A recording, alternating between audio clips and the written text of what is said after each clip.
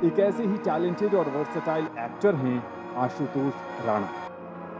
दूरदर्शन से इनकी कई यादें जुड़ी हुई हैं। इन्हीं बेहतरीन यादों के साथ उन्होंने तमाम मुद्दों पर बातचीत की दूरदर्शन की अपर महानिदेशक कंचन प्रसाद के साथ। आशुतोष राणा यूं तो किसी परिचय के मोहताज नहीं हैं। सशक्त अभिनेता, प्रखर वक्ता और संवेदनशील लेखक। इनके अभिनय क्षमता और लेखनी के लिए इन्हें कई पुरस्कारों से सम्मानित किया गया है। इस बहुमुखी प्रतिभा के स्वामी आशुतोष जी का दूरदर्शन स्टूडियोज में स्वागत है। आशुतोष जी, दूरदर्शन से आप पहली बार तो रूबरू नहीं हो रहे हैं। बिल्कुल नहीं। हमारी शुरुआत ही दूरदर्शन से हुई है। अगर आपको याद हो तो 1994 में स्वाभिमान नाम की एक टेलीविज़न सीरीज़ आती थी जी। तो हमारे करियर की शुरुआत ही दूरदर्शन से हुई है। तो दूरदर्शन से आपका क्या रिश्ता है? सिर्फ शुरुआत है? अगर आप देखें तो ये रिश्ता बिल्कुल वैसा ही है कि जैसे अगर आप बंगाल की खाड़ी में जाके, जहाँ पे गंगा जी बहुत बड़ा डेल्टा बनाती हैं, आप उनसे पूछेंगे कि गंगोत्री से आपका रिश्ता क्या है, क्या बात है। तो फिर वो क्या जवाब देंगे। तो वो एक पतली सी धार थी जो गंगोत्री से निकली और उसको नहीं पता था कि वो आगे जाके बंगाल की खाड़ी में जाके वो मिलने वाली हैं। उनके अंदर सिर्फ ऊर्जा थी, बहते रहने की क्षमता थी। जो रास्ते में बाधाएं आती गईं, जिनको काट सकती थी उनको काट दिया, जिनको नहीं काट सकती थी उनको प्रणाम करते हुए बाजू से निकलती हुई वो बंगाल की खाड़ी में बहुत बड़ा डेल्टा बनाती हैं और जाके अपने आप को विसर्जित करती हैं। और रास्ते में बहुत सारे नद नाले सब उनके अंदर समाहित होते जाते हैं और वो सबको गंगा करते जाते हैं। तो आशुतोष का जो रिश्ता है दूरदर्शन के साथ, ये बिल्कुल उसका उत्तर यही है जो उत्तर अगर आप गंगा जी से पूछें कि आपका रिश्ता गंगोत्री से कैसा है, तो जो उत्तर वो देंगे वो उत्तर हमारा है। और रेणुका जी? रेणुका जी को अगर आप देखें तो वो तो मतलब सुरभि कल्ट है जो पूरे हिंदुस्तान में एक साहित्यिक पत्रिका के तौर पर दूरदर्शन के लिए जाना गया है। साथ में फौजी नाम का उनका एक टेलीविज़न सीरीज़ आती है, सर्कस नाम की जो टेलीविज़न सीरीज़ थी वो आती थी। फिर रेणुका जी ने अपने करियर की शुरुआत असिस्टेंट डायरेक्टर से की थी। लाइफ लाइन नाम का एक शो बहुत पहले आता था, जैसे विजय मेहता जी शायद डायरेक्ट करती थी। तब हम बहुत बच्चे थे। हाँ, तो रेणुका जी उनकी असिस्टेंट थी। तो वहाँ से उन्होंने शुरुआत की। तो सर्कस है या फिर आप रेणुका जी ने दूरदर्शन के ऊपर बहुत काम किया है। सुरभि है, जुनून है, इम्तिहान है, कई सारी सीरीज़ उन्होंने की हैं और हमने भी काफ़ी सारा काम किया है। स्वाभिमान हमने किया है। फ़र्ज़ नाम की एक टेलीविज़न सीरीज़ थी जो दूरदर्शन के लिए मैंने की है। फिर अपराधी कौन नाम का एक थ्रिलर शो था जो 2006 या 7 या 8 के आसपास आता था, बी आर चोपड़ा वाला, वो हमने किया हुआ है। फिर कभी कभी नाम का एक टेलीविज़न सीरीज़ आती थी, वो हमने दूरदर्शन के लिए की हुई है। तो काफ़ी सारा काम। और सबसे बड़ी बात यह है कि हम लोग जो दर्शक हैं वो दर्शक दूरदर्शन देखकर ही बड़े हुए। हम पहले दर्शक दूरदर्शन के थे, क्योंकि बाकी की सारी चीज़ें तो 1992-93 के बाद। तो दर्शक के तौर पर हमारा रिश्ता अगर देखा जाए तो सबसे पहले दूरदर्शन के साथ है। उसके बाद अभिनेता के तौर पर या कलाकार के तौर पर हमारा रिश्ता तमाम चैनल्स के साथ है जो आज की तारीख में आप जितने भी भारतवर्ष के अंदर प्लेटफॉर्म हैं। तो वो जो दर्शक का रिश्ता होता है कि कहाँ से हमको देखने की तबीयत प्राप्त हुई या तासीर प्राप्त हुई या हुनर प्राप्त हुआ या जो कहानियाँ हमें देखने के लिए मिलती थी, तो दूरदर्शन से वही रिश्ता है। काफ़ी सारा काम किया है। ये दूरदर्शन की तो आपने अपनी जर्नी बताई, जो आपने कहा कि यहाँ से आपका उद्गम हुआ। दर्शक का भी और अभिनेता का भी। आपकी कौन सी सबसे पसंदीदा सीरीज थी दूरदर्शन पर? अगर हम ये कहें तो मैं यहाँ पे बैठा हूँ, मेरे साथ इस समय, हालांकि वो कैमरे पे नहीं है, श्रीवर्धन त्रिवेदी। हम लोग सागर यूनिवर्सिटी में पढ़ते थे। तो आपका रामायण जब आता था, और लकीली मेरा जो रूम था वो कॉमन रूम के बाजू से रूम था, वो हमने लिया हुआ था।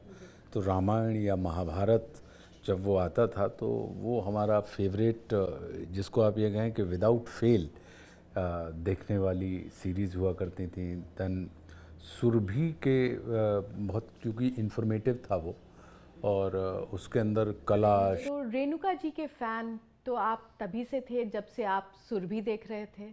आप बिल्कुल कह सकती हैं। रेणुका जी का मैं प्रशंसक था, और अब ये सौभाग्य है कि आज मुझे उनका पति होने का रुतबा प्राप्त हुआ। तो प्रशंसक से पति की हमारी यात्रा है।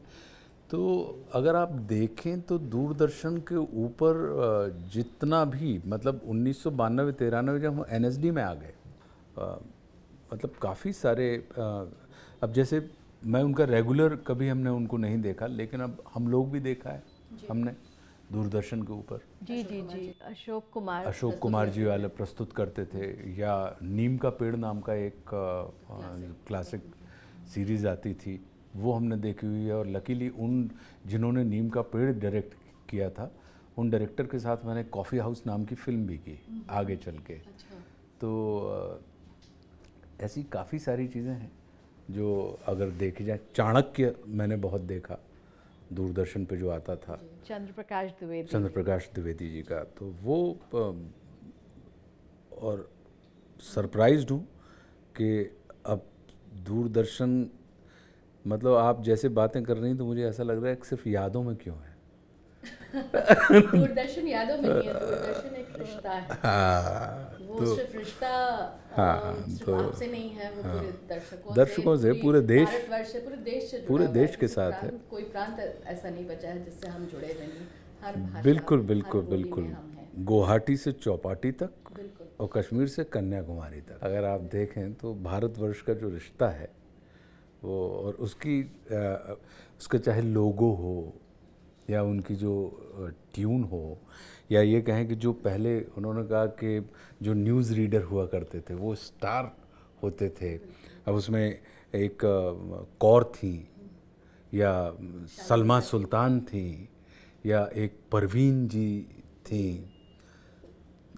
फिर जो एक दाढ़ी वाले जो तेजेश्वर थे, जिनकी वॉइस और ग्रेन वगैरह। तो ये सब चीज़ें अब जहन में हैं, क्योंकि दूरदर्शन अगर देखा जाए तो न्यूज़ से लेके व्यूज़ तक और एंटरटेनमेंट तक, और एंटरटेनमेंट से लेके एजुकेशन तक, ये सारी की सारी जो चीज़ें प्रोवाइड करता था वो दूरदर्शन करता था। आज दूरदर्शन के दर्शकों की तरफ से एक छोटी सी मांग है।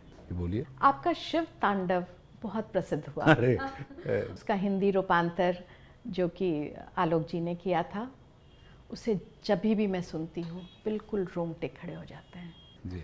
लेकिन कभी रूबरू होकर के वो सुनने का आपसे मौका नहीं मिला। तो आज मैं अपनी तरफ से और अपने दर्शकों की तरफ से आशुतोष जी, मैं एक बार ये सविनय निवेदन करती हूँ कि ये एक शिव तांडव को हमें हमारे सामने फिर से आप सुनाइए। नहीं, ज़रूर, मैं उसके कुछ पद्य आपको सुना देता हूँ कि जटाओं में है जिनके जल प्रवाह मात गंग का, गले में जिनके सज रहा है हार विश्व जंग का, डमट डमट डमट डमरू कह रहा शिव शिवम, तरल अनल गगन पवन, धरा धरा शिव शिवम। वे नंदनी के वंदनीय नंदनी स्वरूप हैं, वे तीन लोक के पिता स्वरूप एक रूप हैं, कृपालु ऐसे हैं कि चित्त जप रहा शिव शिवम, तरल अनल गगन पवन, धरा धरा शिव शिवम। वो काफ़ी अद्भुत लिखा है आलोक ने, बहुत ही उसका भावानुवाद जो किया है बहुत अद्भुत किया। और सबसे अच्छी बात यह है कि ये इस कंठ से निकल के करोड़ों करोड़ कान तक पहुंच गई, और उनके कानों से निकल के वो करोड़ों करोड़ कंठ में ये शिव की जो प्रार्थना है, स्तुति है, वो आज शामिल हो गई है। तो मुझे लगता है कि ये जी, तो वो अद्भुत, और मैं परम सौभाग्यशाली मानता हूँ इस बात को कि देवादिदेव महादेव को अगर इसका हिंदी जो कभी रावण द्वारा विरचित है, ये जटाटवी गलज्वला प्रवाह पावितस्थले गले वलंब लंबिताम भुजंग तुंग मालिकाम डमट डमट डमट डमरू, जो वो उन्होंने लिखा था, जो कि उच्चारण करने में भी कठिनाई जाती है। तो वर्षों से मन में थी, चूँकि मैं देवादिदेव महादेव हमारे परम पूज्य गुरुदेव दत्ता जी की कृपा से 130 यज्ञों में तकरीबन 600 करोड़ के ऊपर शिवलिंग बनाने का, हमें पार्थिव शिवलिंग बनाने का सौभाग्य प्राप्त हुआ है देश भर में। तो देवादिदेव महादेव की अनूठी कृपा थी, और ये परम सौभाग्य है कि उन्होंने इस भावानुवाद को समाज के कानों तक पहुंचने के लिए इस कंठ को चुना।